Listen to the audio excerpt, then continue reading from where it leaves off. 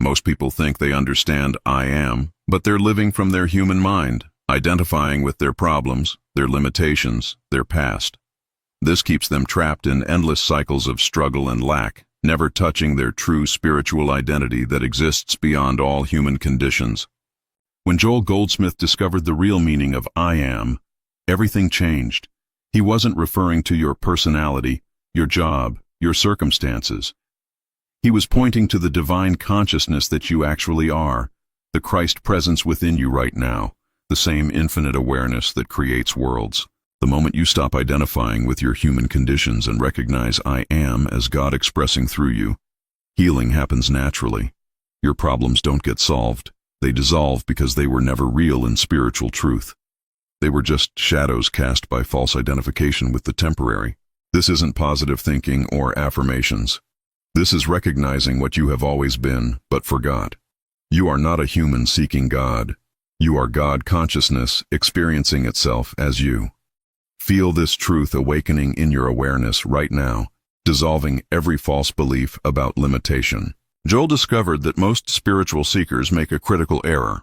They try to use I am statements to change their human experience, saying, I am healthy, or I am wealthy, while still believing they are separate from God, still trying to demonstrate something that would prove their worth or power. True understanding means recognizing that the I that says I am is not your personality. It's the same divine consciousness that spoke through Moses at the burning bush. It's the Christ awareness that Jesus knew as his true identity and yours, the eternal presence that has never been touched by any human experience. When you rest in this recognition, you're not trying to become spiritual or improve your human life. You're acknowledging what is already present. The infinite, perfect, complete nature of divine consciousness is your actual being, expressing itself as your individual existence in this moment. Practice this now. Instead of thinking I am sick or I am lacking, simply rest in the pure awareness of I am, without adding anything to it. Let this divine consciousness be itself as you, without trying to change or improve anything about your human experience or circumstances. Joel taught that when you truly understand I am, you discover that there is no separation between you and the infinite source of all good. Every time you felt lack, fear, or limitation, you were believing in a lie about your true nature, accepting the illusion that you could be separate from wholeness. The divine I am that you are has never been sick, has never lacked anything, has never been afraid.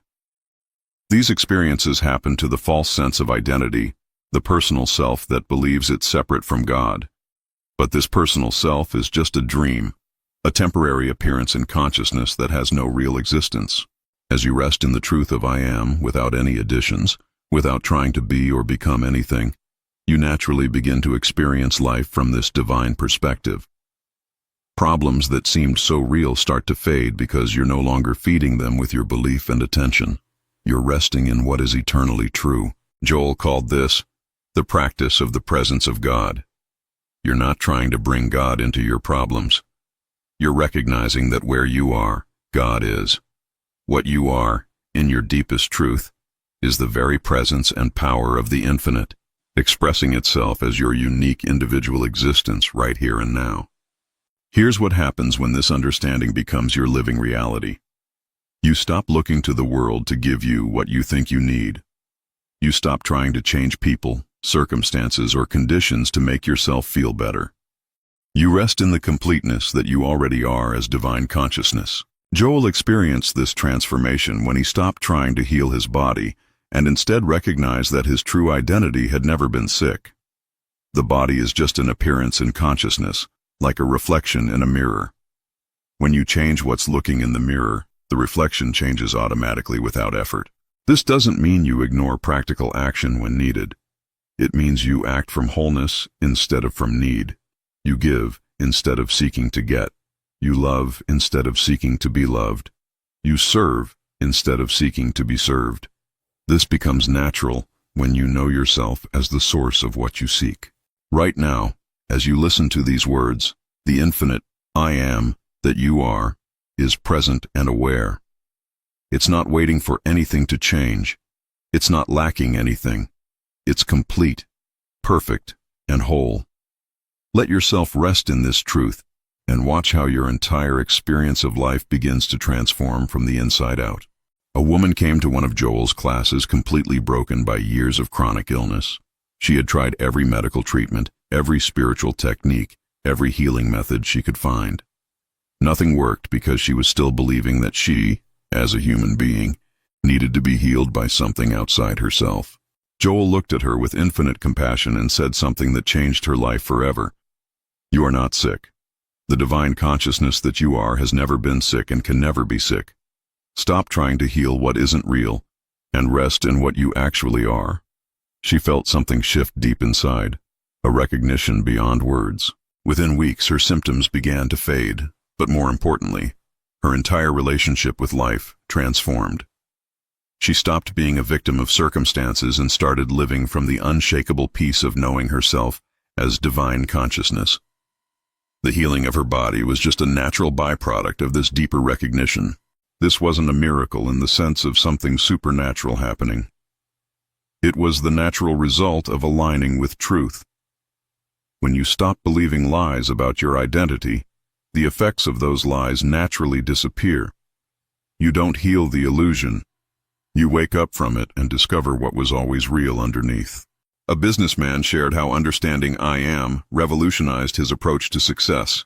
For years, he had been driven by fear of failure, working endless hours, constantly stressed about money and competition. He was trying to get security from his business instead of bringing security to his business from his true identity. When he started each day by resting in the awareness, I am, without adding anything to it, something remarkable happened. He began to make decisions from peace instead of fear, from abundance instead of lack. His business didn't just improve financially, it became a source of joy and service rather than stress and struggle. Joel taught that when you know yourself as divine consciousness, you naturally express the qualities of the divine: infinite creativity, perfect timing, abundant supply, and harmonious relationships. You don't have to struggle to create these things. You simply have to stop blocking them with false beliefs about limitation. The same infinite intelligence that creates galaxies and coordinates the movement of planets is the I am that you are. When you rest in this truth, life becomes effortless, not because nothing challenging happens, but because you meet everything from the unshakable foundation of knowing who you really are beyond all appearances. Another student discovered the power of I am in her relationships. She had been married for 20 years, but it felt like she was living with a stranger. She was constantly trying to change her husband, feeling frustrated and unloved. Joel helped her see that she was looking for love instead of being love. When she stopped trying to get love from her husband and started expressing the love that she is as divine consciousness, everything changed. She stopped judging his behavior and started seeing him as the divine consciousness that he truly is, beneath all his human personality patterns and conditioning. Their relationship transformed not because he changed, but because she started relating to him from truth instead of from her wounded ego. She discovered that love isn't something you receive, it's something you are. When you know yourself as divine love expressing, you naturally bring healing and harmony to every relationship. Joel often said that all healing is actually the healing of the belief in separation. When you truly understand I am, you realize that there's only one consciousness appearing as many individuals. What you see in others is what you're seeing from within your own consciousness. Change your inner seeing, and everything changes. A mother shared how this understanding helped her with her teenage son who was struggling with addiction. Instead of being consumed by worry and constantly trying to control his behavior, she learned to rest in the truth that the divine consciousness expressing as her son was perfect and whole, regardless of his current behavior patterns. Every day she would quietly hold the awareness that the I am expressing as her son was the same divine presence expressing as herself. She stopped seeing him as a problem to be fixed and started seeing him as divine consciousness temporarily confused about its true identity, just as she had been before her awakening. Within months, something shifted in him. Without any pressure or intervention from her, he began making different choices. He started seeking help for his addiction and rebuilding his life. She realized that her peaceful awareness of his true divine nature had created a space for his own awakening to emerge naturally. This is the power of understanding I am, not just for yourself, but for everyone in your life. When you consistently see others as divine consciousness rather than as human problems, you create an atmosphere where healing and transformation can naturally occur without force or manipulation.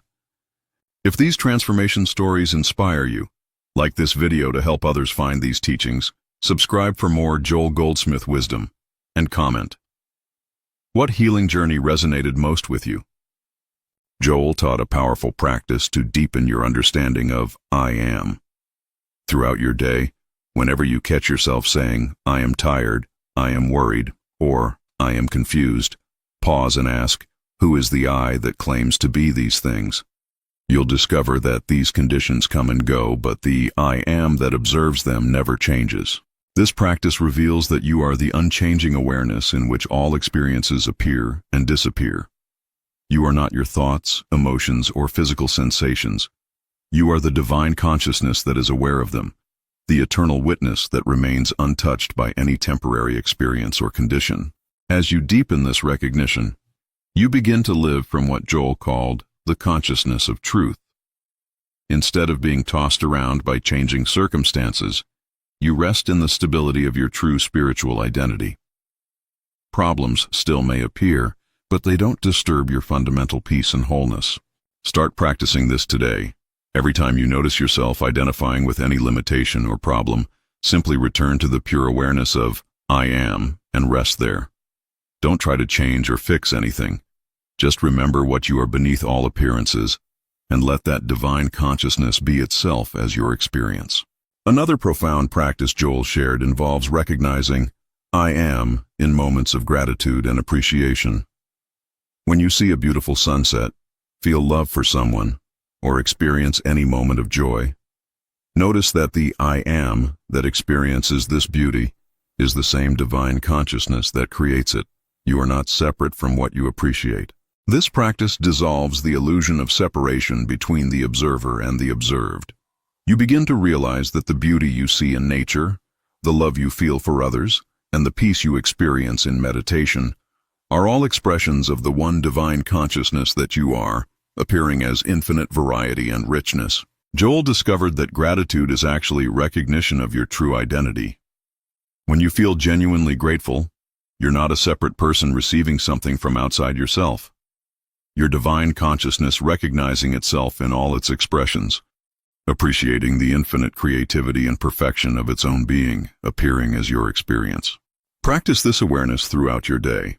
In every moment of appreciation, remember that what you're appreciating and the consciousness that appreciates are one divine reality. This recognition gradually dissolves the ego's sense of separation and reveals the unity that has always been your true nature and the nature of all existence.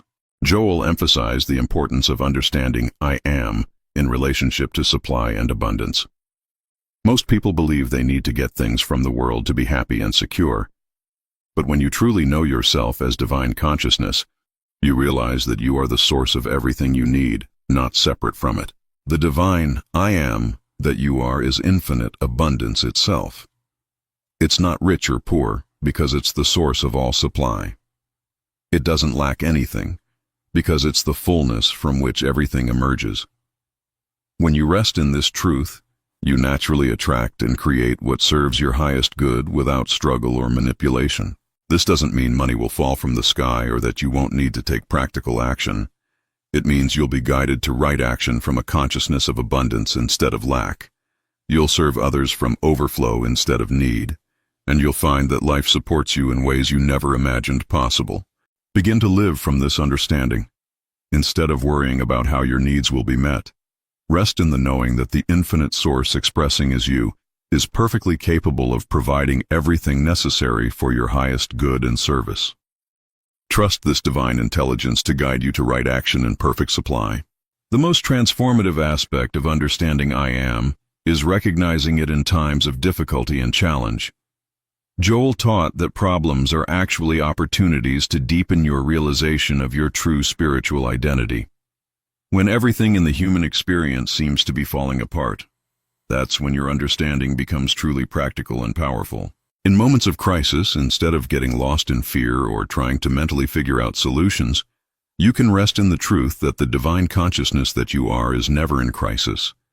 It's the eternal presence that remains peaceful and whole regardless of what appears to be happening in the temporary world of form and experience.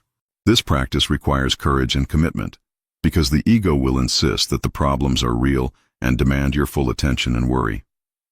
But as you consistently return to the awareness of your true identity, you discover an unshakable peace that doesn't depend on circumstances being a certain way. Joel often said that your problems are not your problems. They're opportunities to demonstrate the truth of your divine nature.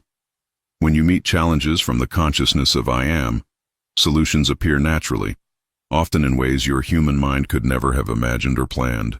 Trust this divine intelligence operating as your life.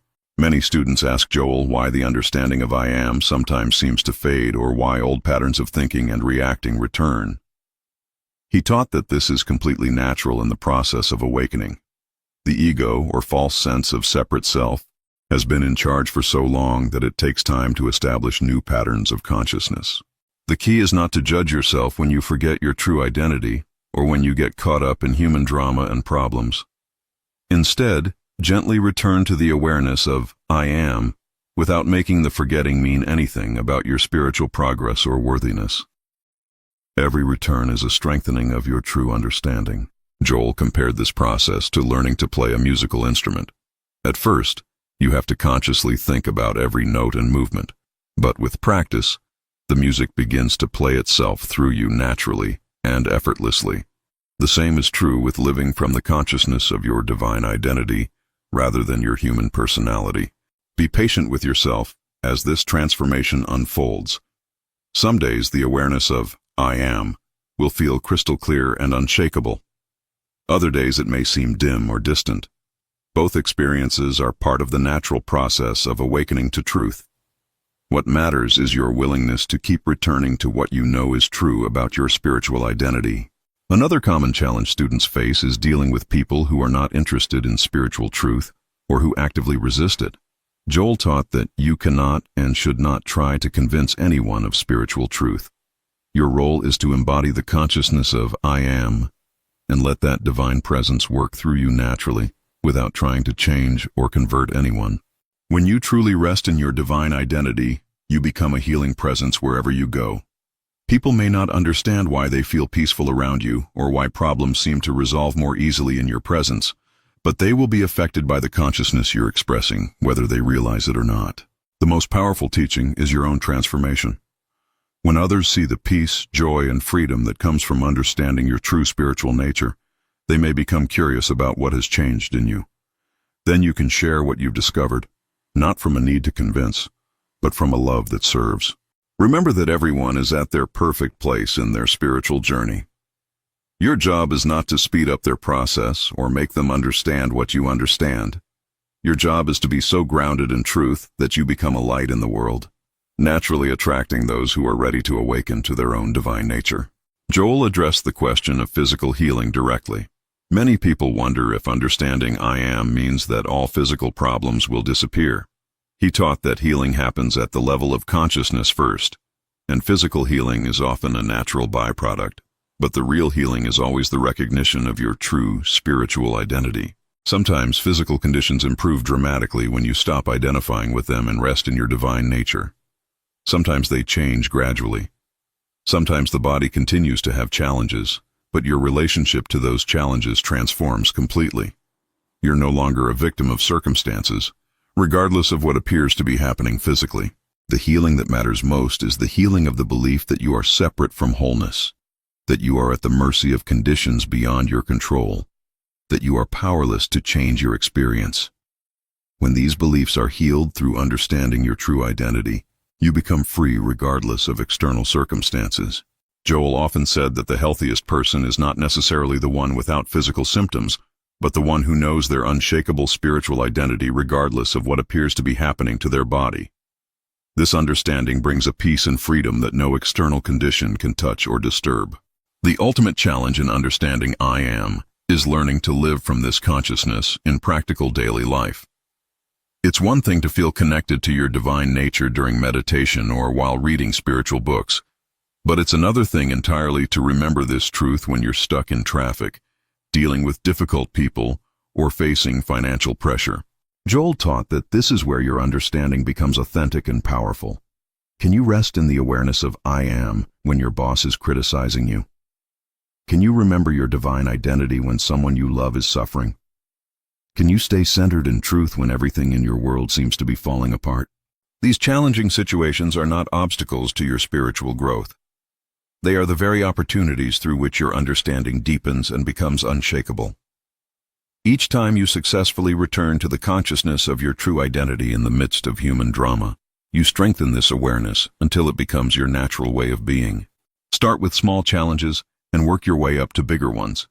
Practice remembering I am during minor irritations and disappointments. As this becomes natural, you'll find yourself able to stay centered even during major life changes and crises. This is the practical fruition of spiritual understanding.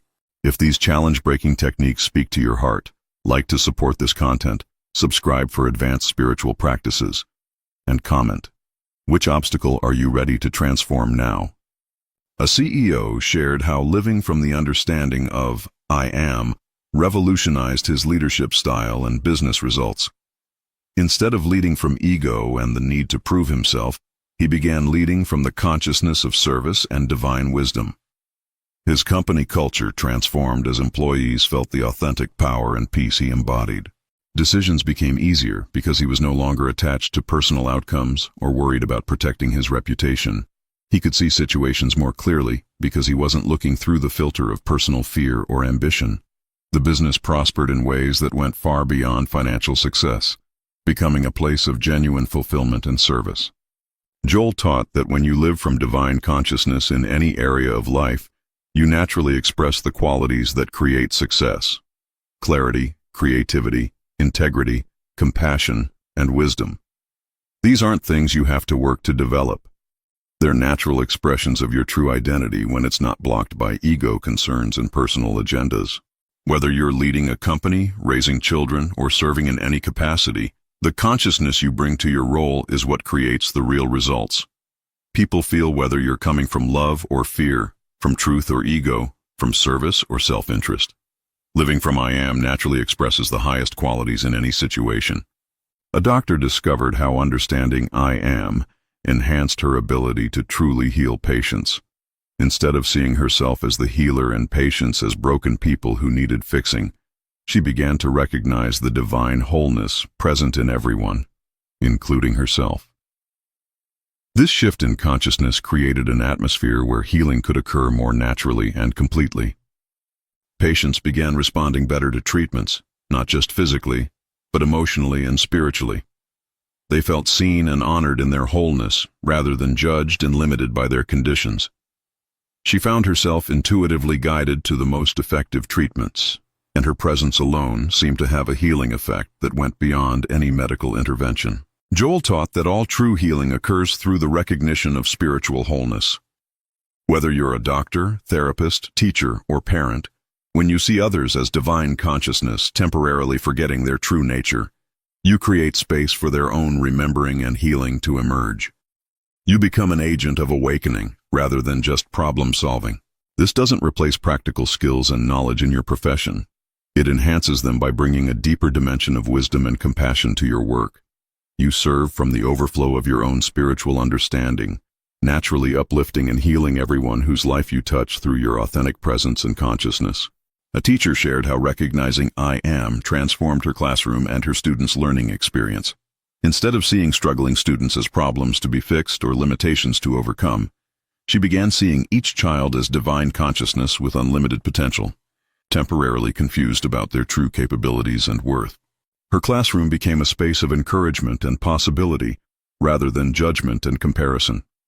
Students who had been labeled as learning disabled or behavior problems began to flourish as they felt genuinely seen and appreciated for who they truly were beneath their temporary challenges and conditioning patterns. Academic performance improved, but more importantly, students developed confidence, creativity, and joy in learning. They began to see themselves differently because their teacher consistently saw their divine potential rather than their human limitations. Her consciousness of truth became contagious, spreading throughout the school community. Joel taught that when you truly understand I am, you naturally see this same divine identity in everyone you meet. This recognition has transformative power because most people are starving to be seen for who they truly are, rather than for their problems, mistakes, or human personality patterns. Your consciousness of truth becomes a gift you give to the world. An artist discovered that understanding I am opened channels of creativity she had never experienced before.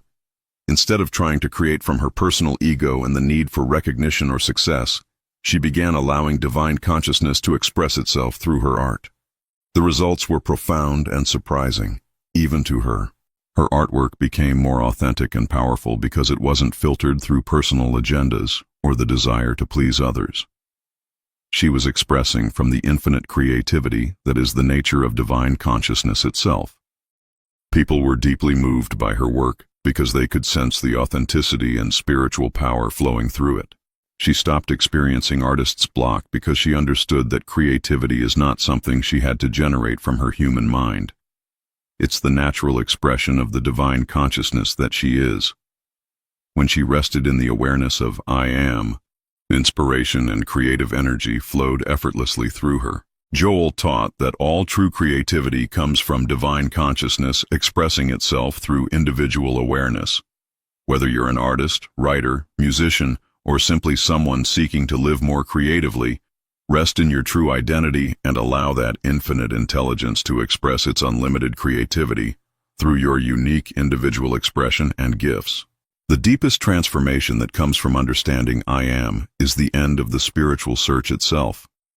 You realize that what you've been seeking has been what you are all along. You're not a human being having spiritual experiences.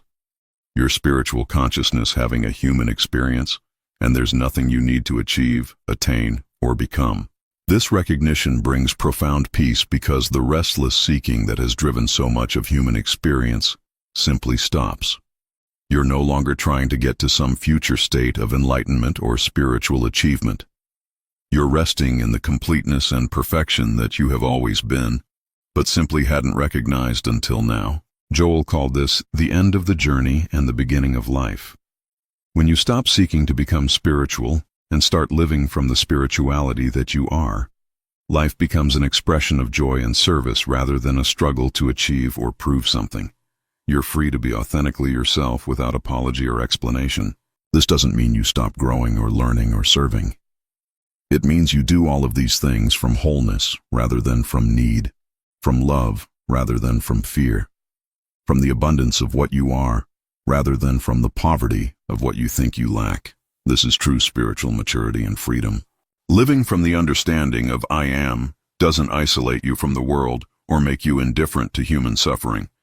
Instead, it makes you more compassionate and effective in your service because you're no longer trying to save or fix people from a sense of personal responsibility or guilt. You serve from the overflow of love that you are. You can hold space for others in their pain without being overwhelmed by it, because you know that their true spiritual identity is untouched by their current circumstances. You can offer practical help when appropriate without attachment to outcomes because you're serving from divine love rather than from personal need to make a difference. Joel taught that the most powerful service comes from being so established in your own truth that you become a healing presence wherever you go. People feel safe around you because you're not trying to change them or make them be different. You're simply being the love and peace that you are, and this naturally uplifts everyone. Your understanding of I am becomes a gift to the collective consciousness of humanity. Every person who awakens to their true spiritual identity helps create an atmosphere where awakening becomes easier for others. You're not just transforming your own life. You're contributing to the spiritual evolution of consciousness itself. The practical result of truly understanding I am is that you begin to live with what Joel called confident expectancy. You know that the divine intelligence expressing as your life is perfectly capable of handling any situation that arises, and you trust this intelligence completely, even when you can't see how things will work out from your human perspective. This confident expectancy is not blind optimism or positive thinking. It's based on the direct experience of your true spiritual identity and the recognition that this divine consciousness has infinite wisdom, power, and love available to express through your individual life experience. You expect good because you know yourself as the source of all good. Problems still arise. Challenges still appear. but you meet them from a completely different consciousness. Instead of being victims of circumstances, you become conscious participants in the divine creativity that is always seeking to express greater harmony, beauty, and love through every situation, including the seemingly difficult ones. You discover that what appears to be your individual life is actually divine consciousness living itself. And you can trust this intelligence completely. You don't have to figure everything out with your human mind or control outcomes through your personal will. You can rest in the knowing that divine wisdom is expressing as your life experience. Joel's final teaching about I am is perhaps the most profound. When you truly understand this truth, you realize that these words are not pointing to something you need to understand intellectually, but to something you need to experience directly. The understanding comes through living from this consciousness, not from thinking about it. Every moment offers you the opportunity to choose. Will you live from the limited consciousness of the separate self, or will you rest in the unlimited awareness of your true divine identity? This choice is always available, regardless of what seems to be happening in your external circumstances or internal emotional states. The transformation that comes from truly understanding I am is not a one-time event, but an ongoing deepening into truth. Every day, every moment, every breath becomes an opportunity to remember who you really are and to live from that remembering. This is the most practical and powerful spiritual practice possible. As you go forward from this moment, carry with you the recognition that you are not separate from the source of all healing, all supply, all love, and all peace. You are that source expressing itself as your individual life. Rest in this truth, live from this truth, and watch as your entire experience of being human transforms into the joy of being divine consciousness in expression. If your spiritual understanding expanded through these Joel Goldsmith secrets, like this video, subscribe for more transformative teachings, and comment, I am transformed, to confirm your new path. For 2,000 years, we have misunderstood one of the most powerful spiritual laws ever spoken. When Jesus said, "Give, and it shall be given unto you," he was not talking about charity. He was not talking about money. He was revealing a secret about consciousness that changes everything you think you know about receiving. Most people treat this teaching like a spiritual transaction. They give expecting to receive. They donate hoping for blessings. They serve while secretly counting what comes back. But this mercantile approach to spirituality blocks the very flow Jesus was describing. It turns divine law into human bargaining. Joel Goldsmith spent decades discovering what Jesus actually meant. He found that giving in the spiritual sense has nothing to do with physical objects or actions. It is about the giving of your consciousness, the radiation of your awareness, the sharing of your inner realization of truth. This is the secret that transforms everything. When you truly understand this principle as Goldsmith taught it, you stop trying to get anything from the universe. You stop manipulating spiritual laws for personal gain. You begin to give from the infinite source within you, and that is when the real miracles begin to unfold in your life. The traditional interpretation has created generations of spiritual seekers who give to get. They perform acts of kindness while watching for returns. They share resources while mentally calculating cosmic interest rates. This is not the teaching Jesus revealed. This is human nature dressed in spiritual language. Goldsmith discovered that biblical giving means something radically different. It means giving your attention to truth rather than appearances. It means giving your faith to the invisible rather than the visible. It means giving recognition to the spiritual reality behind all material forms. When Jesus spoke of giving, he was teaching about consciousness, not currency. He was revealing that what you acknowledge, recognize, and give your awareness to becomes your experience. If you give your consciousness to lack, you experience lack. If you give your consciousness to divine abundance, abundance flows. This understanding changes the entire spiritual journey. You are not trying to earn blessings through good behavior. You are not attempting to manipulate God through generous actions. You are learning to give your inner attention to the truth of infinite supply already present in consciousness. Consider how this works in practical terms. A woman named Catherine struggled financially for years despite tithing faithfully and volunteering constantly. She gave and gave, always expecting her breakthrough. She felt frustrated, even betrayed by the teaching. Where was her return? Then she encountered Goldsmith's writings on consciousness. She realized she had been giving things while withholding her consciousness. Even while donating money, her mind was fixed on her bills, her debts, her lack. She was giving materially, but taking mentally, constantly drawing from the appearance of limitation. Catherine began a new practice. Instead of forcing herself to give money she felt she lacked, she started giving her attention to the truth of infinite divine supply. She would sit quietly and acknowledge the presence of abundance in consciousness itself, not in her bank account. She gave recognition to this invisible reality. Within 3 months, unexpected opportunities appeared, not because she manipulated a cosmic vending machine, but because her consciousness had shifted from taking to giving. She was no longer trying to extract from the universe. She was radiating awareness of what already existed spiritually, and material circumstances reflected this inner change. The secret Joel Goldsmith uncovered goes even deeper. Giving in the spiritual sense means releasing your consciousness from the belief in limited supply altogether. It means giving up the mental struggle to get, achieve, earn, or deserve. You stop taking thoughts from the world and start giving truth from within. This is why Jesus connected giving with receiving in the same breath. It is not cause and effect across time. It is the same movement of consciousness. The moment you give recognition to spiritual truth, you receive the experience of that truth. They are simultaneous because they are one activity. Most people never experience this because they separate the giving from the receiving. They give today hoping to receive tomorrow. They give here expecting to receive there. But consciousness does not work that way. What you give your awareness to in this moment is what you receive as experience in this moment. When Goldsmith taught students to give spiritually, he meant give your consciousness to God, to truth, to the invisible reality of perfection. Stop taking your thoughts from appearances. Stop extracting your beliefs from circumstances.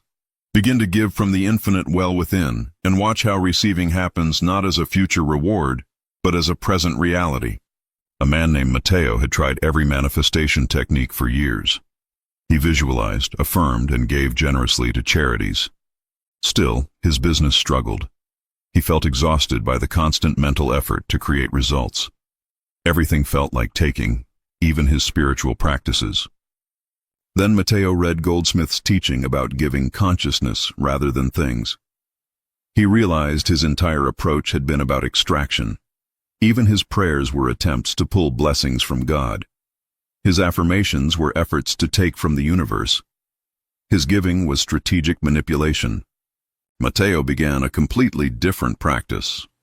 Each morning, instead of visualizing what he wanted to receive, he sat in silence and gave his attention to the presence of infinite intelligence within his own consciousness. He stopped trying to take wisdom and started acknowledging the wisdom already present.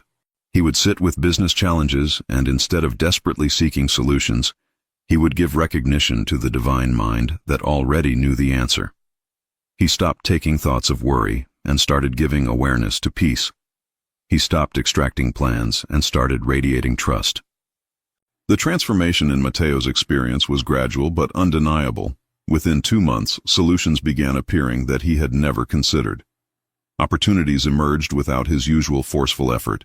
His business started flowing because his consciousness had shifted from taking to giving. The key was subtle but powerful. Matteo was no longer trying to get anything from the spiritual dimension. He was giving his recognition to what already existed there. He was no longer depleting himself through mental extraction. He was radiating from an inner source. Clients noticed a difference in his presence. He seemed more confident, more peaceful, more genuinely helpful. They were responding not to his sales techniques but to the consciousness he was radiating. He was giving something invisible but completely tangible. This is what Goldsmith meant by give and it shall be given. Matteo was giving his awareness to infinite intelligence, and infinite intelligence was being given back to him as ideas, opportunities, connections. The giving and receiving were one simultaneous movement of consciousness, not separated by time or effort. Another breakthrough story involves a teacher named Maria, who felt completely burned out.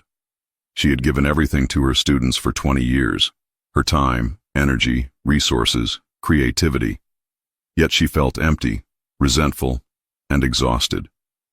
Where was the promised return? Maria discovered Goldsmith's teaching at her lowest point. She realized she had been giving from a human sense of limited personal resources. She gave until she felt depleted because she believed she was giving from herself. This is why the giving felt draining rather than renewing. Goldsmith taught that true spiritual giving flows from consciousness itself, which is infinite and never depleted. Maria learned to stop giving from her limited human sense and start giving from her awareness of divine presence. She would enter her classroom each day not asking how much she had to give, but acknowledging the infinite wisdom and love flowing through her. The change was remarkable. Her work became effortless rather than exhausting. She had more energy at the end of days than at the beginning. Students responded with deeper engagement. Maria was finally experiencing what Jesus taught because she was giving from the right source, from consciousness itself rather than from personal willpower. The teaching transforms when you realize that consciousness is the currency of the spiritual universe. You are always giving your consciousness to something. The question is what? Are you giving it to appearances or to truth? Are you giving it to problems or to presence? Are you giving it to lack or to abundance? Every moment of awareness is an act of giving. When you give your attention to fear, you receive more fear. When you give your consciousness to divine perfection, you receive the experience of perfection. This is the law Jesus taught, and it operates with absolute precision every moment. Goldsmith spent his life helping people understand this principle not as theology, but as practical spiritual science. You are not trying to be good enough to deserve blessings. You are learning to give your consciousness to the blessings that already exist in the invisible realm, and that recognition becomes your visible experience. The old interpretation kept people in spiritual poverty despite generous actions. The true understanding liberates you into the flow of infinite supply because you discover you are not trying to get anything. You are learning to give recognition to everything that already exists in consciousness. If these stories of transformed understanding inspire you, like this video to help others discover what Jesus really taught. Subscribe for more Joel Goldsmith wisdom, and comment which insight shifted your perspective on giving and receiving. Beyond the basic principle, Goldsmith taught specific practices for giving consciousness rather than things. The first practice is radical simplicity. Throughout your day, notice when you are trying to take something mentally.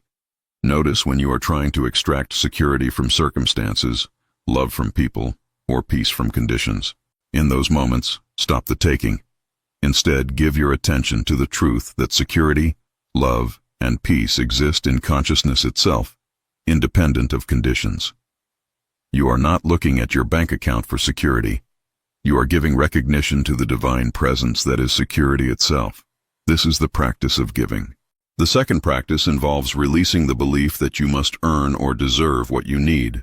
This belief keeps you in a taking mentality, constantly trying to qualify for blessings. Goldsmith taught that spiritual giving means acknowledging that infinite good already exists in consciousness, available not through earning but through recognition.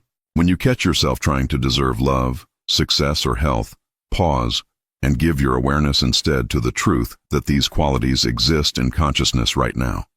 You are not working to achieve them. You are giving recognition to their present reality. This shift from taking through effort to giving through awareness changes everything. The third practice is perhaps the most challenging. Goldsmith taught that true giving includes giving up your demands about how good should appear. Most people give consciousness to their desired outcomes, their specific pictures of how life should look. This is actually a sophisticated form of taking. Real spiritual giving means offering your consciousness to divine intelligence without dictating the form. You give recognition to infinite wisdom and then release your attachment to particular appearances. You stop trying to extract your version of good and start radiating openness to how consciousness itself wants to express. A businessman named Robert practiced this with remarkable results. Instead of visualizing specific deals closing, he began each day giving his attention to divine intelligence operating through his business.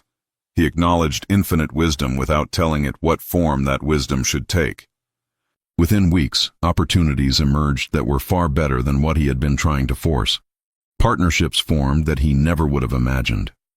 Robert learned that when you give consciousness to truth without demands, life organizes itself in ways beyond personal planning. The giving becomes effortless and the receiving becomes miraculous.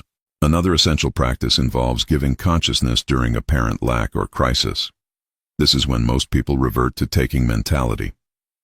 When problems appear, the automatic response is to grab at solutions, to take thoughts of worry, to extract yourself from discomfort through mental struggling. Goldsmith taught the opposite approach. When challenges appear, that is precisely when to practice giving consciousness to truth. Instead of taking anxious thoughts about the problem, give your attention to the presence of divine wisdom within the situation. Instead of extracting yourself through panic, radiate trust in invisible intelligence. A woman named Jennifer faced a serious health diagnosis. Her first response was typical taking behavior. She desperately searched for solutions, consumed information anxiously, and tried to force healing through willpower. She felt exhausted and more frightened daily. The taking mentality depleted her. Then she remembered Goldsmith's teaching. She began giving her consciousness to the truth of spiritual perfection instead of taking fearful thoughts from medical appearances. Each day she sat quietly acknowledging divine life as the only reality. She gave her awareness to wholeness instead of trying to extract healing from treatments. Her recovery was steady and complete. The final complementary practice is giving consciousness in relationships. Most human interaction operates on taking. People take validation from others, take security from approval, take identity from recognition. Even in giving physically, they are often taking emotionally. This creates exhausting, depleting relationships. Goldsmith taught that spiritual relationship means giving consciousness of the divine presence in the other person. You are not looking at them to take what you need. You are giving recognition to the spiritual reality they embody. You acknowledge the Christ consciousness in them, rather than extracting personal satisfaction from them. When you practice this, relationships transform completely. You stop being drained by people because you are not taking from them. You stop trying to change them because you are giving recognition to their spiritual perfection. They sense this shift and often respond with their own higher consciousness. A mother named Susan struggled with her teenage daughter for years. Every interaction was a battle because Susan was constantly trying to take compliance, respect, and validation from her daughter. Then Susan began giving consciousness of divine wisdom and love present in her daughter, instead of taking desired behavior. Within months, their relationship healed in ways counseling had never achieved. Despite understanding the principle, many people encounter a persistent challenge. They find themselves unconsciously reverting to taking mentality, especially under stress. Old patterns of trying to extract security, love, or success from external sources feel automatic and overwhelming. This is completely normal in the early stages. Goldsmith taught that this struggle reveals the depth of human conditioning. For years, perhaps lifetimes, consciousness has been trained to take rather than give. The mind has learned to grab at circumstances for identity, to extract validation from achievements, to pull security from conditions. These patterns do not dissolve instantly. The solution is not to fight the taking mentality, but to consistently, gently return to giving consciousness. When you notice yourself trying to extract peace from circumstances, pause without self-judgment. Simply redirect your attention to giving recognition to the peace that exists in consciousness itself. This is spiritual practice. A man named Thomas struggled with this for months. He would practice giving consciousness in the morning, then spend his day unconsciously taking thoughts of worry from work situations. He felt discouraged by his inability to maintain the giving consciousness. This discouragement itself was another form of taking. Thomas' breakthrough came when he stopped judging his taking patterns and simply kept returning to giving. He realized that the judgment itself was taking, trying to extract a perfect spiritual state from himself. Instead, he began treating each moment of awareness as a new opportunity to give consciousness to truth. He stopped expecting himself to never slip into taking mentality. Instead, he practiced noticing when it happened and gently redirecting his attention. Over time, the giving consciousness became more natural, more sustained. The key was patience with the process rather than demands for instant transformation. Goldsmith emphasized that spiritual development is gradual. You are retraining consciousness from lifelong habits of taking to a new pattern of giving. This does not happen through force or self-criticism.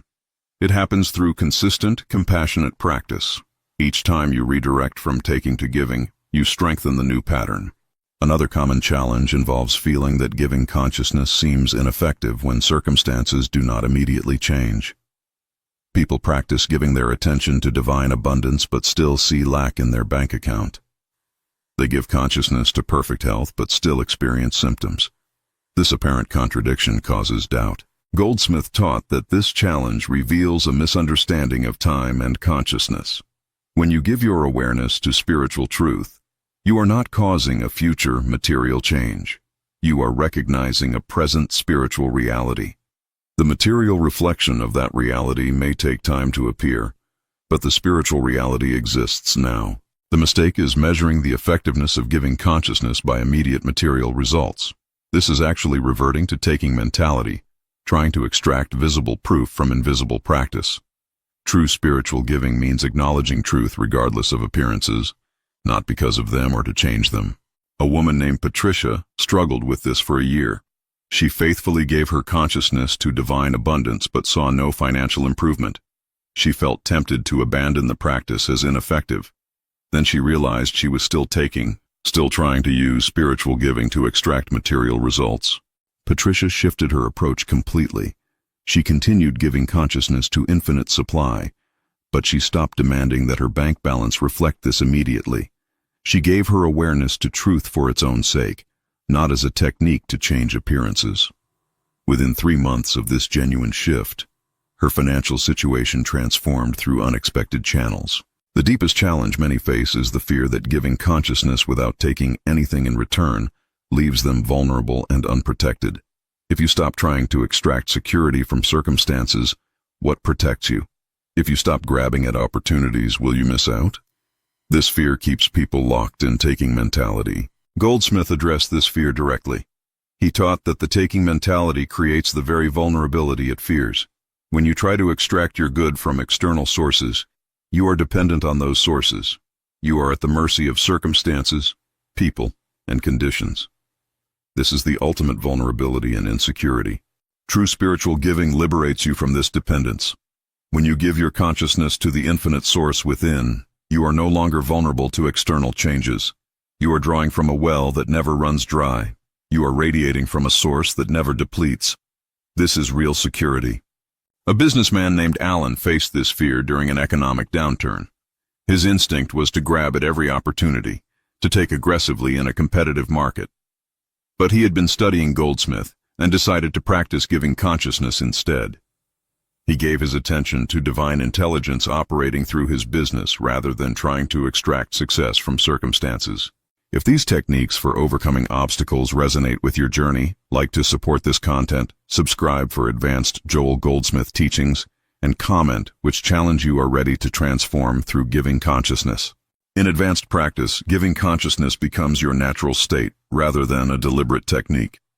You find yourself spontaneously giving attention to truth instead of taking thoughts from appearances. This happens not through effort, but through the gradual retraining of awareness that comes from consistent practice over time. Goldsmith described this as living from consciousness rather than from conditions.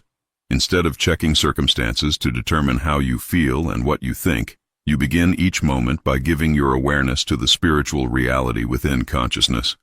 Then you allow circumstances to reflect that inner reality rather than dictating it. A teacher named Elizabeth reached this stage after 2 years of practice. She noticed that her first response to challenges was no longer anxiety or problem-solving. Her natural response became giving her attention to the presence of divine wisdom. This was not forced discipline, but genuine shift in consciousness. When her school faced budget cuts threatening her position, Elizabeth did not panic or scheme. She gave her consciousness to the truth of divine supply and perfect right action. She continued her work with peace and excellence. Within a month, a better position opened at another school with higher pay and more fulfillment. Advanced giving consciousness also transforms how you experience abundance. Instead of seeing prosperity as accumulation of things, you recognize it as the radiation of consciousness. You are not trying to get more. You are giving more awareness to the infinite good already present in the invisible realm. This shift eliminates the tension and struggle around money and resources. You are not striving to extract wealth from the world. You are acknowledging the infinite supply in consciousness and allowing it to take whatever material form serves your spiritual journey. The giving is effortless because you are giving from infinity.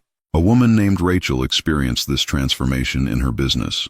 She had built success through aggressive taking, constantly pushing for more clients and more revenue.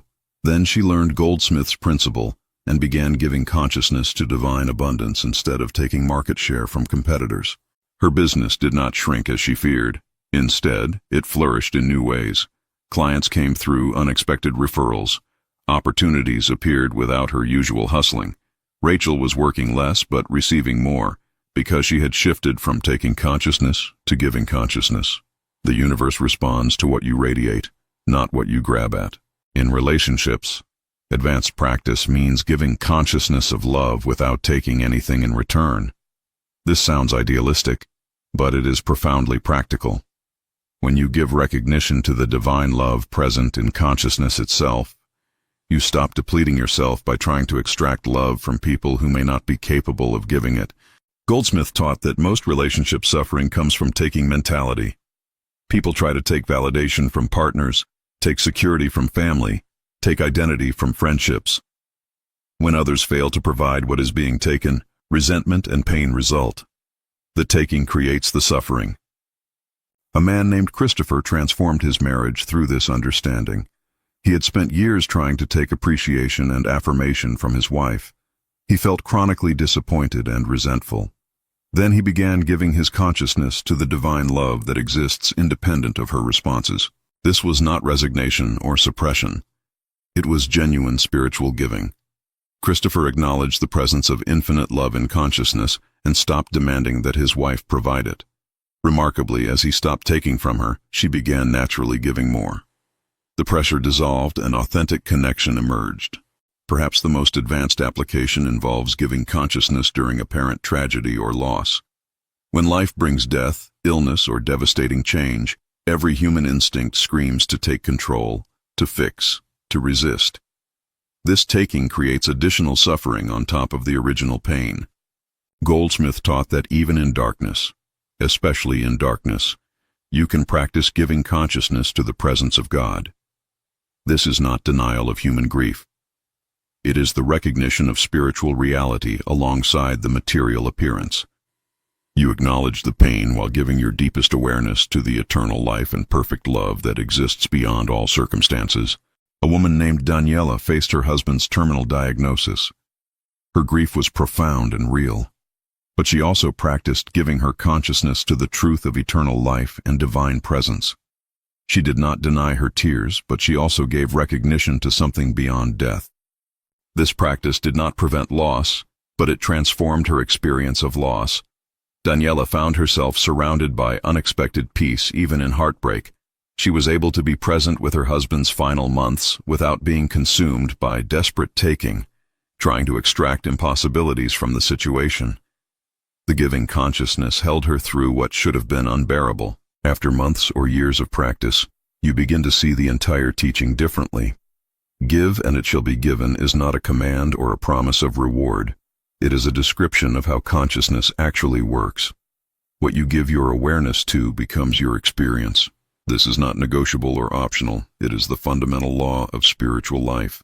You realize you have always been giving your consciousness to something. The question was never whether to give, but what to give your awareness to. Before understanding the teaching, you were unconsciously giving consciousness to appearances, to problems, to lack, to fear. Now you are consciously giving it to truth. The transformation is complete when giving consciousness becomes as natural as breathing. You no longer think about the technique. You simply live from the awareness of infinite presence within you. You radiate truth not as a practice, but as your natural state. This is what Jesus was teaching. A man named Michael reached this understanding after 3 years with Goldsmith's materials. He could no longer imagine living any other way. Giving his consciousness to divine reality had become his automatic response to every situation. Life had not become problem-free, but his relationship to life had fundamentally changed. At this stage of understanding, you recognize that you are not really giving anything at all in the human sense. You are simply acknowledging what already is. The infinite good exists in consciousness already. Perfect love, infinite wisdom, complete abundance. These are not things you create or earn or extract. They are what you recognize and allow. This recognition is what Jesus called giving. You give your attention, your awareness, your acknowledgement to spiritual reality, and in that very giving, you receive the experience of what you have recognized. The giving and receiving are not separated by time. They are one simultaneous movement of consciousness. Goldsmith spent his life pointing students toward this simplicity. Stop trying to get from the world. Stop trying to take from God. Simply give your consciousness to truth, and truth becomes your living experience. This is the secret hidden in plain sight for 2,000 years. This is the teaching that transforms everything. A woman named Claire finally understood after hearing this message repeatedly. She stopped all her complicated spiritual practices and techniques. She simply began giving her awareness to the presence of God throughout her day, acknowledging it while washing dishes, driving to work, sitting in meetings, just giving recognition to what already existed. Her life did not become suddenly perfect, but her experience of life became increasingly peaceful and abundant. Challenges still appeared, but she no longer struggled with them through taking mentality. She gave her consciousness to divine wisdom, and solutions appeared naturally. She gave her awareness to infinite supply, and resources flowed from unexpected sources. Claire understood what Jesus meant. The kingdom of heaven is within you. You are not traveling toward it or earning it or deserving it. You are giving your consciousness to its present reality, and that recognition transforms your entire experience of life. This is the true meaning of give, and it shall be given. The teaching works because consciousness is the only reality. The material world is the reflection of consciousness, not the source of it. When you understand this, you stop trying to change the reflection and start giving your attention to the source. You stop taking from appearances and start giving recognition to reality. This is why Goldsmith's teaching feels both ancient and revolutionary. It is what Jesus taught, what all mystics have taught, but it contradicts everything the material world tells you. The world says take, grab, extract, earn, deserve, fight for what you need. Jesus said, give consciousness to truth, and everything is added unto you. You stand now at a choice point that every spiritual seeker eventually faces. Will you continue living from taking consciousness, trying to extract your good from the world? Or will you begin the practice of giving consciousness to the infinite reality within you? This is not a small decision. It is the choice that determines your entire experience of life. Joel Goldsmith dedicated his life to making this teaching practical and clear. Give and it shall be given means give your awareness to spiritual truth and receive the experience of that truth. Stop trying to take from conditions and start radiating from consciousness. This is the secret that has the power to transform everything. The practice begins simply. Throughout today, notice when you are trying to take something mentally, taking security from circumstances, taking validation from people, taking peace from conditions. In those moments, pause and redirect. Give your consciousness instead to the spiritual reality that exists independent of appearances. Do not expect instant perfection in this practice. You are retraining consciousness from lifelong patterns, but each time you redirect from taking to giving, you strengthen your awareness of the infinite source within you. Over time, this becomes your natural state. You live from consciousness rather than from conditions, and everything changes. If your understanding of this teaching has expanded through Joel Goldsmith's wisdom, like this video to share it with others, subscribe for more transformational spiritual content, and comment, I give consciousness to confirm your commitment to this practice. Today, we're going to uncover a truth that's been hidden in plain sight for 2,000 years. This isn't another sermon telling you to pray harder, believe stronger, or wait patiently for God to finally notice you.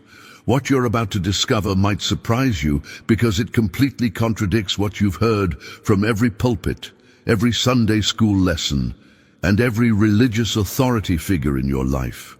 Have you ever wondered why your most desperate prayers seem to go unanswered while Jesus promised that you would do even greater works than he did.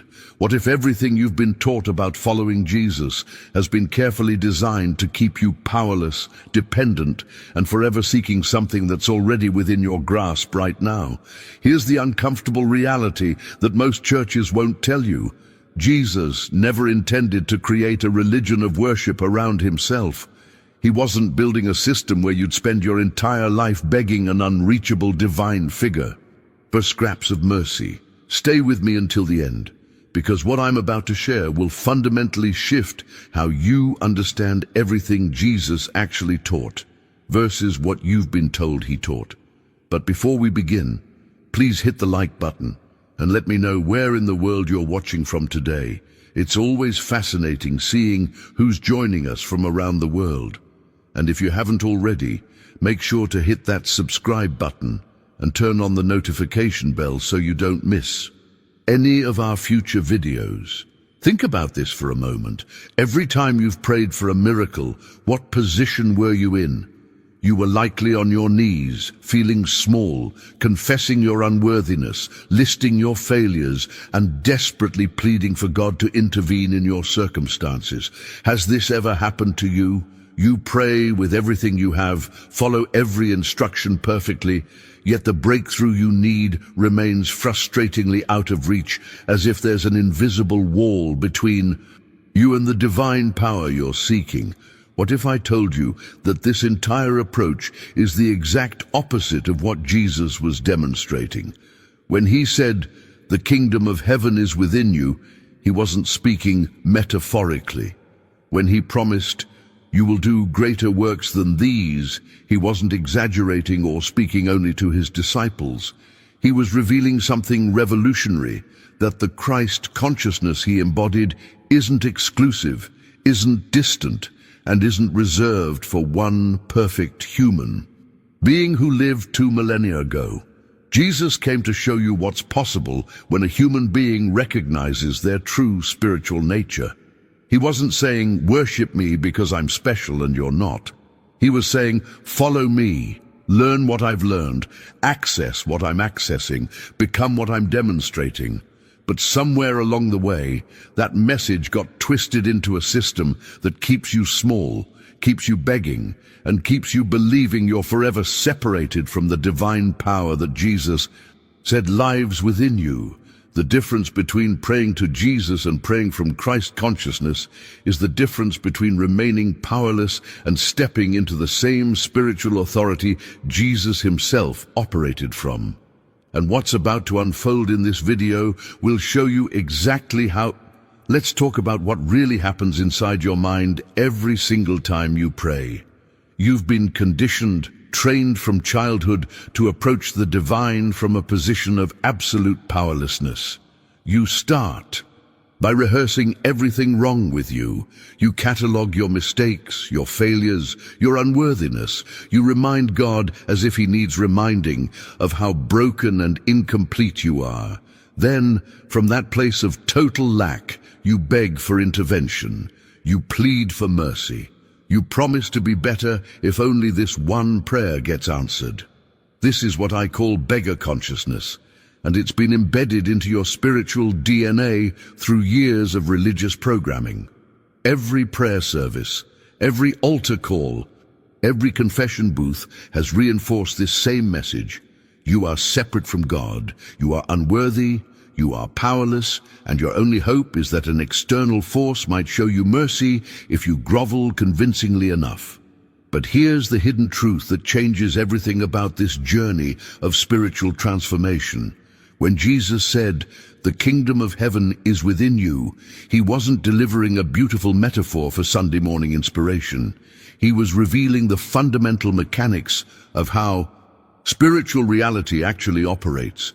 The kingdom isn't somewhere else. It isn't locked behind pearly gates waiting for you after death. It isn't controlled by religious authorities who hold the keys to your salvation. It's within you right now, in this very moment. Think about the profound impact of what this actually means. Christ consciousness, the state of awareness where miracles flow naturally, isn't something Jesus possessed exclusively because he was special and you're not. It's your Birthright, your true nature, the essence of who you actually are beneath all the conditioning and religious programming that's been layered on top of it. Every time you pray from that beggar mindset, you're making a declaration to the universe about who you believe yourself to be. You're affirming that you're incomplete, that you're broken, that you're separate from divine supply. And here's where it gets really interesting. Consciousness, being the creative force that it is, immediately goes to work manifesting more evidence of exactly what you're declaring. You pray for abundance while declaring you're in lack. You pray for healing while affirming you're diseased and powerless. You pray for breakthrough while reinforcing the very walls that keep you trapped. This isn't about positive thinking or pretending problems don't exist.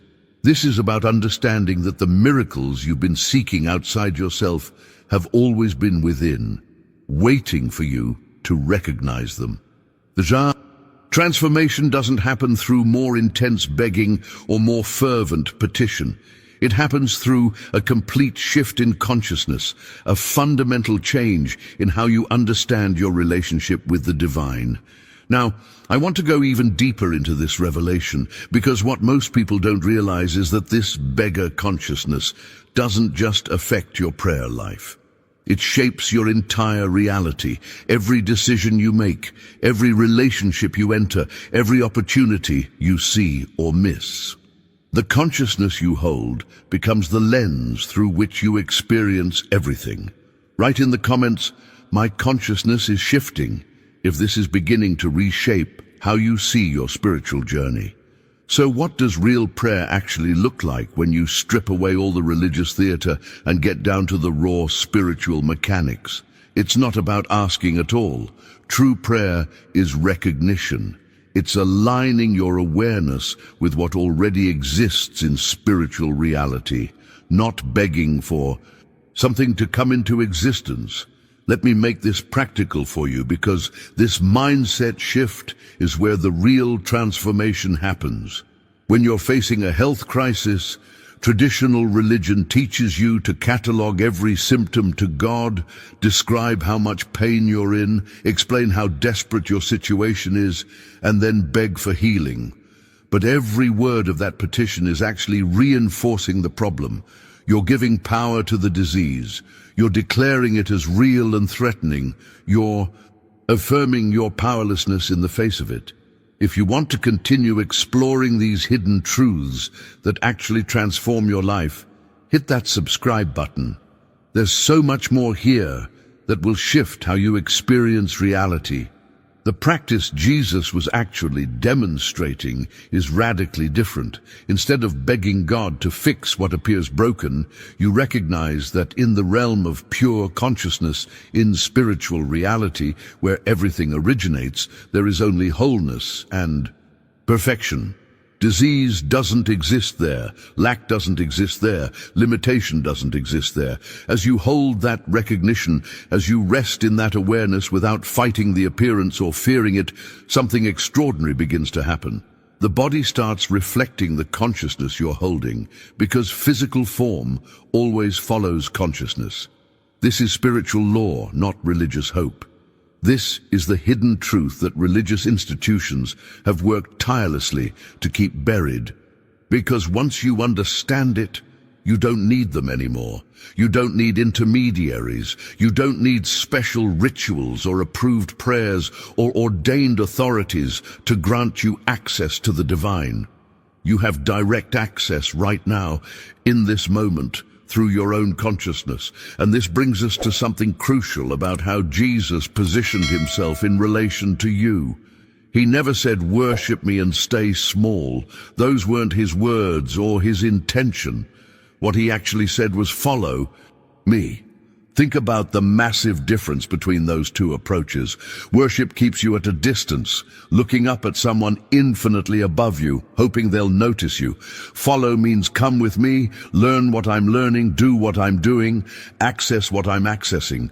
Jesus was demonstrating a spiritual technology that every human being has access to.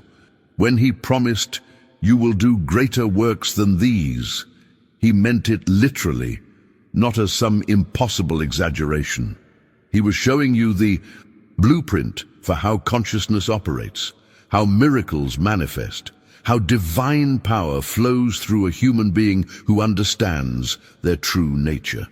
This transformation from worshipper to practitioner is exactly what threatens institutional control, because awakened people don't need permission to access the divine. The journey from powerless beggar to empowered spiritual being isn't about achieving some special status or becoming holier than others. It's about recognizing what's already true, what's always been true about who you actually are beneath all the religious programming.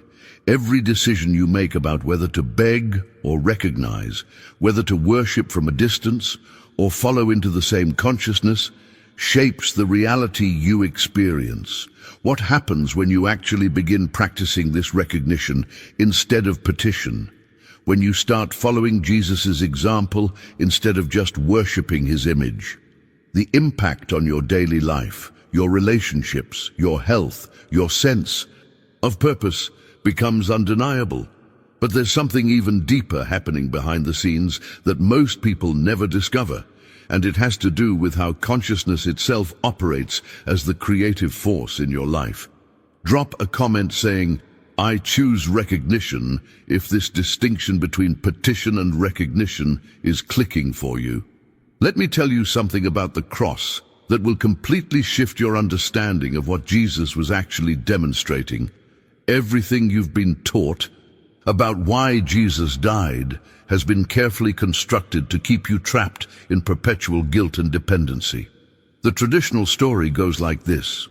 God was so furiously angry about humanity's sin that he required a blood sacrifice, and Jesus took the punishment you deserved so you could escape divine wrath. That narrative turns God into a vengeful tyrant and you into a condemned criminal who can only survive through someone else's suffering. But that's not what the cross demonstrates at all. Jesus wasn't appeasing an angry deity or paying off some cosmic debt. He was proving something far more profound about the nature of consciousness itself. He went through humanity's ultimate fear, physical death, and emerged on the other side to show you that your true identity is indestructible. You are not this temporary body that experiences pain, aging, and eventual dissolution.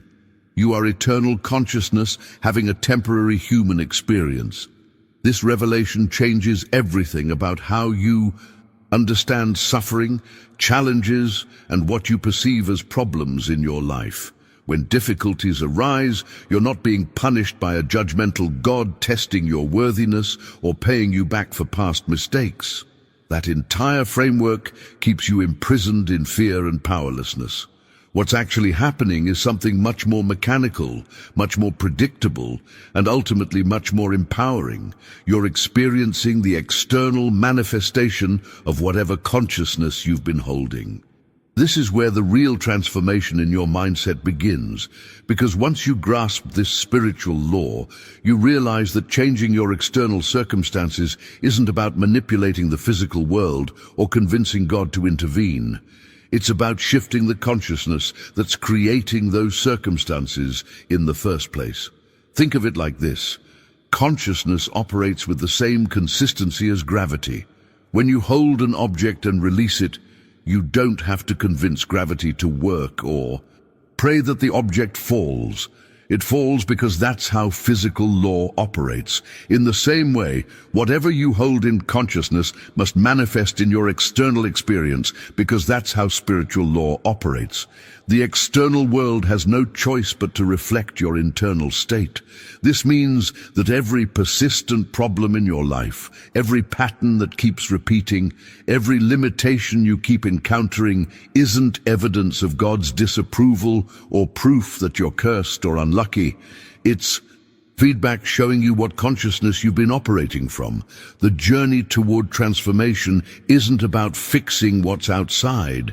It's about recognizing and shifting what's inside, because the outside is simply the projection of the inside. Most people spend their entire lives trying to rearrange external circumstances while keeping the same internal consciousness that created those circumstances. They pray for financial breakthrough while maintaining poverty consciousness. They beg for healed relationships while holding resentment consciousness. They petition for opportunities while reinforcing victim consciousness. And then they wonder why nothing fundamentally changes, why the same patterns keep emerging in different forms. The hidden truth behind every spiritual teaching, the revelation that changes the entire game, is understanding that consciousness is the creative force. Not your actions, not your circumstances, not external conditions, but the consciousness you hold. This is what Jesus was demonstrating through every miracle, every teaching, every interaction. He was showing you how reality responds to consciousness, how form follows awareness, how your experience of life shifts when your internal state shifts. Right consciousness creates, if this principle is beginning to reshape how you understand the challenges you've been facing. Let me share a real story that demonstrates exactly how this shift from petition to recognition works when you're facing an impossible situation. There was a woman named Margaret who received a terminal diagnosis that doctors labeled incurable. She did everything traditional religion teaches. She attended healing services, had church elders lay hands on her, fasted for days, confessed every sin she could remember, and spent countless hours on her knees begging Jesus to intervene and fix what was happening in her body. Month after month, nothing changed. Her condition continued deteriorating. The despair was overwhelming because she'd followed every instruction perfectly, prayed with absolute sincerity, believed with everything she had. Yet the miracle remained frustratingly out of reach. She was exhausted from the journey, depleted from the constant battle, ready to give up entirely. Then something shifted in her understanding. She stopped cataloging her symptoms to God. She stopped describing how much pain she was in. She stopped begging for intervention. Instead, she began practicing something completely different. Every morning, she would sit in silence and recognize one simple truth. In spirit, there is no disease. She wasn't denying the physical symptoms or pretending they didn't exist. She was making a profound decision about what she would give ultimate authority to in her consciousness. The transformation didn't happen overnight like some charismatic miracle story. It unfolded gradually as her internal state shifted. First, the fear dissolved. Then the mental anguish began to lessen. Within 2 months, her doctors were completely baffled to find no trace of what they had confidently declared incurable. But here's what's crucial to understand about what actually happened. Margaret didn't get healed in the traditional sense of an external force fixing her broken body. She recognized that she'd never been separate from wholeness. The body simply reflected the change in consciousness.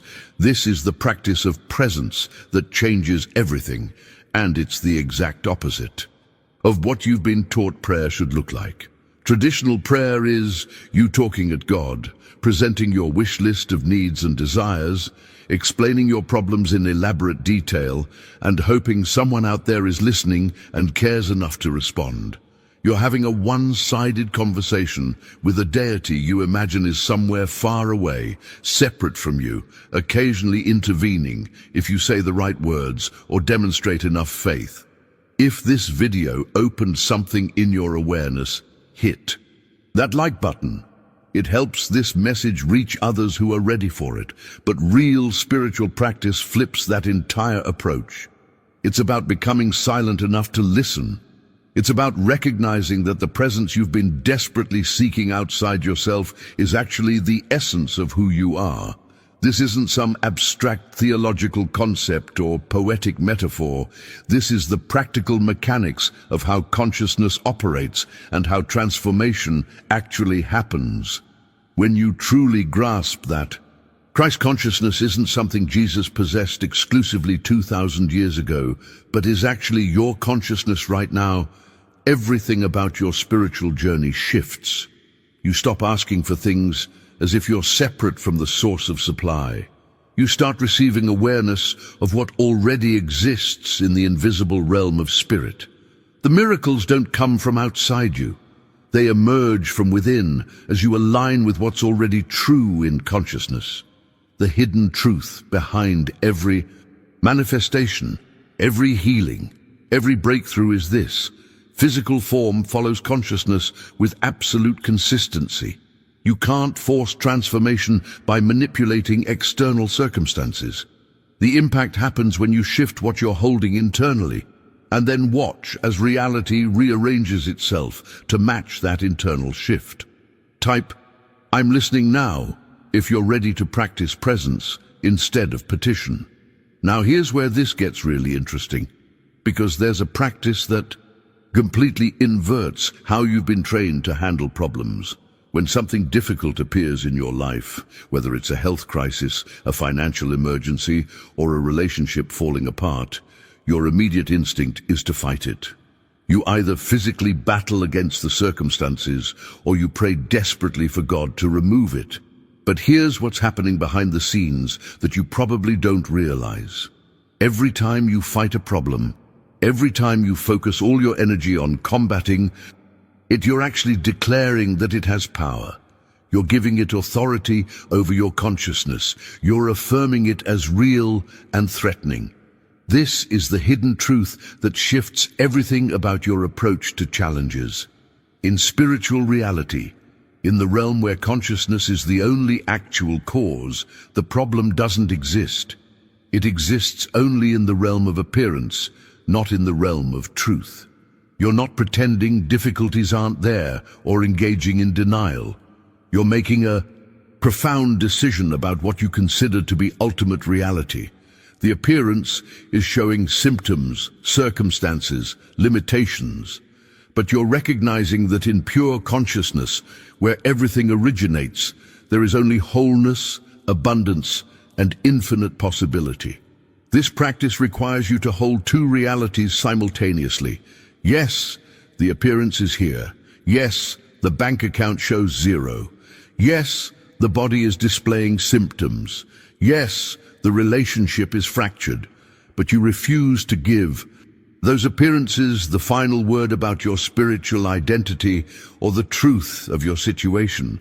As you rest in this recognition, as you stop empowering the problem by fighting it or fearing it, something extraordinary begins happening. The circumstances start shifting, not because you forced them through willpower, but because consciousness is reorganizing itself and physical form must follow. What makes this even more powerful is understanding where this transformation actually takes place. Every spiritual problem you've ever experienced, every challenge that's kept you trapped, every limitation that's felt insurmountable, exists only when your mind leaves the present moment. Think about this carefully. Right now, in this exact second, strip away all the mental commentary about what happened yesterday or what might happen tomorrow. Remove the stories about what your problem means, where it came from, how long it's lasted, or how bad it could get. In this pure present moment, where is the actual problem? You're alive right now. You're breathing. You're conscious and aware. Whatever crisis your mind wants to rehearse exists either in past regret or future anxiety, but it doesn't exist in this precise moment of now. Christ consciousness is only accessible in the present because the present is the only place that actually exists. Everything else is mental projection, stories you're telling yourself, fear-based scenarios you're imagining. The journey Jesus was demonstrating wasn't about escaping from life's challenges or pretending difficulties don't exist. It was about discovering where real life happens, which is always and only now. Pain might be present in this moment, physical discomfort might be here, but suffering, the mental anguish that torments you, requires thought about past or future. It requires your mind to leave the now and create elaborate narratives about what everything means. Drop "I choose now" in the comments if this revelation about presence is shifting how you relate to your challenges. Understanding presence leads us to something even more foundational, something that's at the root of every struggle you've ever faced. Every problem, every challenge, every miracle you're desperately seeking stems from one single belief that's been operating in the background of your consciousness your entire life. It's the belief in separation. You believe you're separate from God, separate from the supply you need, separate from the healing you want, separate from other people who seem to have what you lack. This separation consciousness is what Jesus was actually referring to when he talked about sin. Not in the moral sense of wrongdoing that deserves punishment, but in the original meaning of the word, which is missing the mark of truth. The truth is, there's only one divine consciousness appearing as many temporary forms. The person who betrayed you, the situation that hurt you, the circumstances that disappointed you, they're all divine. Consciousness temporarily forgetting itself, exactly as you sometimes forget your true nature. This revelation doesn't excuse harmful behavior or mean you accept abuse. What it does is remove the emotional charge that keeps you imprisoned by past experiences and current circumstances. When you recognize that everything you've been seeking exists right now in consciousness and you've never actually been separate from it, the entire journey transforms. You're not pursuing abundance, health, or peace as external goals somewhere out there that you have to earn or achieve. You're recognizing they exist in your consciousness this very moment, and your only work is allowing that recognition to become your lived experience. This is where the concept of grace becomes radically different from what religion has taught you. Grace isn't God showing mercy toward undeserving sinners who've groveled convincingly enough. Grace is the automatic flow of divine good that operates the moment you stop trying to manipulate, control, and force outcomes through sheer human effort. Every frantic attempt to make something happen, every sleepless night spent strategizing, every anxious moment trying to figure out how to fix your situation comes from that deep belief in separation. The belief that if you don't hustle and scheme and force things into place, nothing will work out. Living by grace means recognizing that Source is already supplying everything before you even ask. This sounds passive to the achievement-oriented mindset that's been programmed into you, but it's actually the most active spiritual practice possible, because it requires constant vigilance against your ego's compulsive need to take control. Your ego believes that you must do something, must take charge, must ensure survival through constant action and manipulation. But spiritual consciousness is always doing everything. Your work is getting out of the way and allowing grace to operate without your interference. This requires a level of trust that feels impossible until you actually experience it working in your life. It means making decisions from a completely different foundation. Instead of asking, "What can I do to make this happen?" you're asking, "What is consciousness already doing? And how can I align with it?" The impact of this shift is profound because you're no longer exhausting yourself trying to force outcomes. You're resting in the recognition that divine good flows naturally when you stop blocking it with fear-based control. Write, "I trust the flow," if you're ready to release control and allow grace to operate in your life. Now here's something crucial that nobody warns you about, and it's the reason so many people abandon this entire practice right when it's about to break through. When you first start practicing this shift in consciousness, when you move from petition to recognition, from separation to oneness, from control to grace, your circumstances might actually get worse before they improve. This isn't failure. This isn't evidence that you're doing something wrong or that the practice doesn't work. It's the transition revealing everything false in your life so truth can replace it. Think about what happens when you stop maintaining illusions through force and control. Everything not built on spiritual truth begins to dismantle. The relationships held together by manipulation start falling apart. The financial structures built on anxiety and fear-based striving begin to collapse. The health patterns maintained by stress and resistance surface more visibly. Most people hit this point and immediately panic. They abandon the practice and return to begging God to fix the chaos, not understanding that consciousness is actually cleaning house. This transition period tests your commitment to truth over comfort, to spiritual reality over familiar appearances. It's asking whether you're willing to let everything false crumble so something real can emerge. The journey through this phase requires trust that's almost impossible to maintain without understanding what's actually happening behind the scenes. You're not being punished. You're not doing it wrong. You're experiencing the natural consequence of consciousness, shifting from false foundations to true foundations. And the old structures can't remain standing when the internal support system changes. Some people practice faithfully for months and watch their entire life seem to disintegrate. Marriages hit crisis point. Businesses start failing. Health declines. Every area that was held together by the old consciousness begins revealing its instability. The temptation to quit, to return to what's familiar even if it wasn't working, becomes overwhelming. But this is precisely where the real transformation begins to take root. Everything that needs to fall apart is being given permission to fall apart so you can rebuild from truth instead of continuing to build on false foundations. As you persist through this transition, as you refuse to abandon recognition even when appearances suggest total collapse, you begin moving towards something profound. You start becoming transparent to divine consciousness. This isn't about achieving some special spiritual status or becoming holier than other people.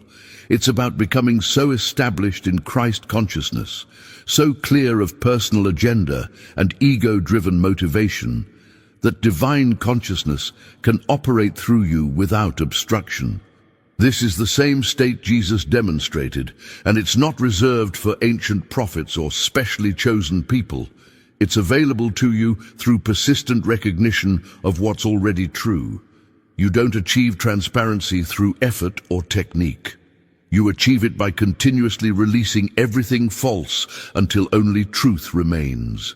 And that process happens naturally as you practice presence consistently, day after day, choosing recognition over petition, choosing truth over comfortable illusions, choosing to trust the process even when everything seems to be falling apart.